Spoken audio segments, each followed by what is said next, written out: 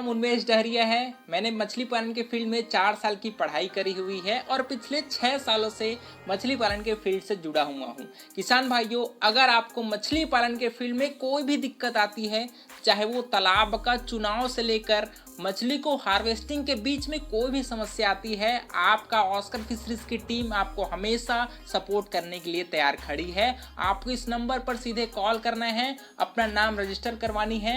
इसका हम लोग साल भर का 999 रुपये एक मिनिमम प्राइस है, क्योंकि मछली पालन में अगर आप नॉलेज पर पैसे इन्वेस्ट करती हैं तो वो पैसे व्यर्थ नहीं जाती, ये आपको 10-20 गुना ज़्यादा रिटर्न देकर जाती है। तो आप इस नंबर पर ज़रूर कॉल करें। ऑस्कर फिशरीज आपको हमेशा से मछली पालन के लिए गाइडेंस करने के लिए तत्पर है। हेलो किसान भाइयों, मैं हूँ आपका मछली वाला भैया उन्मेष डहरिया, फिशरीज ग्रेजुएट एंटरप्रेन्योर, और आप देख रहे हो ऑस्कर फिशरीज। किसान भाइयों, जब भी आप किसी भी जो मछली पालन करने वाले किसान भाई हैं उनसे आप पूछेंगे कि यार कौन सा ऐसी मछली है जिसका डिमांड साल भर वैसे ही बना रहता है और सबसे ज़्यादा जो कस्टमर है उसको प्रीफर करते हैं उसको खाने में, तो आपको एक ही जवाब आएगा, वो है हमारी रोहू मछली। रोहू मछली आपके सभी मछलियों में सबसे ज़्यादा टेस्टीएस्ट मछली है, सबसे ज़्यादा स्वादिष्ट मछली है। इसी वजह से कस्टमर हैं वो कभी भी रोहू मछली को पसंद नहीं करें, ऐसा आप कभी नहीं दिखाई देगा आपको, है ना। तो आज का वीडियो रोहू मछली के बारे में डिटेल से अपन बात करने वाले हैं। देखिए, रोहू मछली दोस्तों हम लोग अदर आपकी कतला रोहू मछली के साथ हम लोग इसको कंबाइन में पालते हैं, मतलब कंपोजिट फिश कल्चर के अंतर्गत हम लोग रोहू मछली का पालन करते हैं। दूसरी बात, जब भी आप आईएमसी मछली का पालन करिए तो उसके लिए आपके जो एरिया है, जो क्षेत्रफल है, वो मिनिमम 1 एकड़ का होना ही चाहिए, क्योंकि आईएमसी मछली के पालन में आपका जो क्षेत्रफल है वो भी बहुत ज़्यादा मैटर करता है। दूसरी बात, जब भी आप रोहू मछली के पालन के लिए तालाब की तैयारी करें तो सबसे महत्वपूर्ण काम है वो है फर्मेंटेशन, क्योंकि आपको पता होगा कि रोहू मछली आपके तालाब के बीच में रहती है। बीच में रहने की वजह से दोस्तों ये तालाब के अपर लेयर में भी जा सकती है, ये तालाब के नीचे भी जा सकती है। तो इसी वजह से रोहू मछली को फीडिंग कराने में थोड़ा सा प्रॉब्लम आती है, क्योंकि जब हम लोग फार्मर लोगों से बात करते हैं तो वो लोग हमको बताते हैं कि यार रोहू मछली है उसको आपको अलग से फीड कराना पड़ता है, या तो उसके लिए आप फर्मेंटेशन करिए या फिर उसके लिए आप अलग से बैग फीडिंग कराइए, क्योंकि रोहू मछली थोड़ा सा शाई रहता है, थोड़ा सा वो छुप कर फीडिंग करती है, वो सामने में फीडिंग नहीं करती। तो इसी वजह से रोहू मछली को फीडिंग कराना बहुत बड़ा चैलेंज होता है ना। दूसरी बात, रोहू मछली साल में आप देखेंगे तो वो 600 से 700 ग्राम के बीच में ही बढ़ती है। कतला मछली से थोड़ा सा कम ये ग्रोथ करती है साल में, लेकिन दूसरे साल इसका ग्रोथ परफॉर्मेंस है वो बहुत बेहतर होता है। इसी वजह से आपको कहा जाता है कि रोहू मछली पालन में या फिर आईएमसी मछली पालन में आपको स्टंटेड बच्चे, जो 1 साल का जो बच्चा होगा उसी को आप अपने तालाब में छोड़िए, उसका ग्रोथ परफॉर्मेंस बहुत ही अच्छा रहता है ना। दूसरी बात, अगर बात करें रोहू मछली पालन में तो फर्मेंटेशन डालना आपके तालाब में बहुत ही आवश्यक रूप से इम्पोर्टेंट हो जाता है।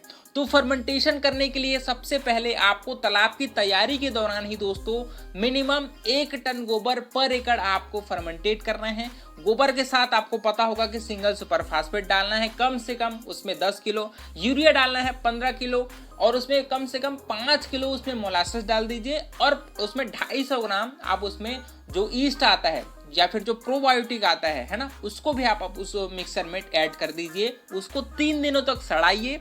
सड़ाने के पश्चात ही घोल बना करके उसको आप अपने तालाब में छिड़काई कराइए। बहुत ही अच्छे लेवल पर आपके तालाब में प्लैंकटन का ग्रोथ है वो हो जाएगा।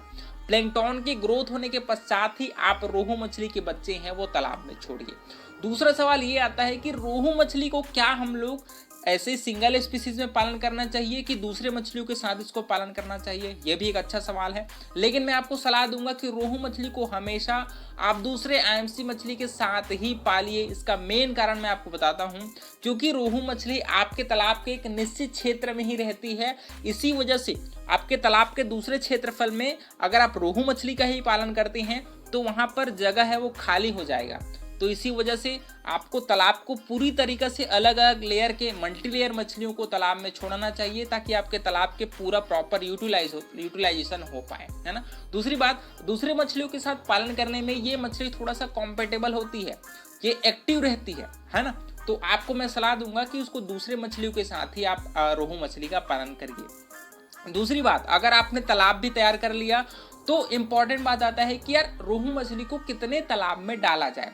संख्या बहुत ही इंपॉर्टेंट रोल प्ले करती है, क्योंकि कंपोजिट फिश कल्चर के अंतर्गत हम लोग अलग अलग मछलियों को अलग अलग लेयर में पालते हैं और उसको फीडिंग कराते हैं। तो अगर आपका रेशो गड़बड़ाएगा तो आपका फीडिंग शेड्यूल है वो गड़बड़ाएगा, आपकी मछलियों में जो ग्रोथ परफॉर्मेंस है वो इवन नंबर में होगा, मतलब कई मछलियां बहुत बड़ी हो जाएंगी, कई मछलियां बहुत छोटी हो जाएंगी, अगर आपने सही रेशो में मछलियों को स्टॉक नहीं किया अपने तालाब में। तो मैं अगर बात करूंगा, पर एकड़ हम लोग आईएनसी मछली को 5000 फिंगरलिंग साइज के बच्चे तालाब में छोड़ते हैं, उसमें से 20% आपका रोहू मछली का बच्चा है वो होना चाहिए। 20% का मतलब है कम से कम 1000 से 1500 के बीच में आपके रोहू मछली का जो बच्चा है उसकी संख्या है वो तालाब में होनी चाहिए, है ना। दूसरी बात, रोहू मछली क्योंकि एक प्लांटियोरस मछली है तो इसी वजह से हम लोग इसको अपने फार्म मेड फीड पर भी अच्छे से तैयार कर सकते हैं। फार्म मेड फीड में मैं आपको 5 ऑप्शन देता हूँ।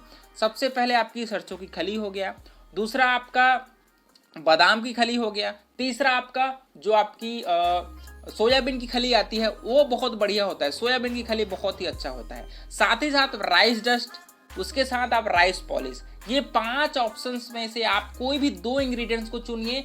प्रोटीन सोर्स की बात करें तो आप सबसे अच्छा है सरसों खली डालिए, या फिर आप उसमें क्या बोलते हैं सोयाबीन की खली, इसको डालिए प्रोटीन सोर्स के रूप में। कार्बोहाइड्रेट्स की सोर्स में मैं आपको सलाह दूंगा कि आप राइस डस्ट का प्रयोग है वो करिए।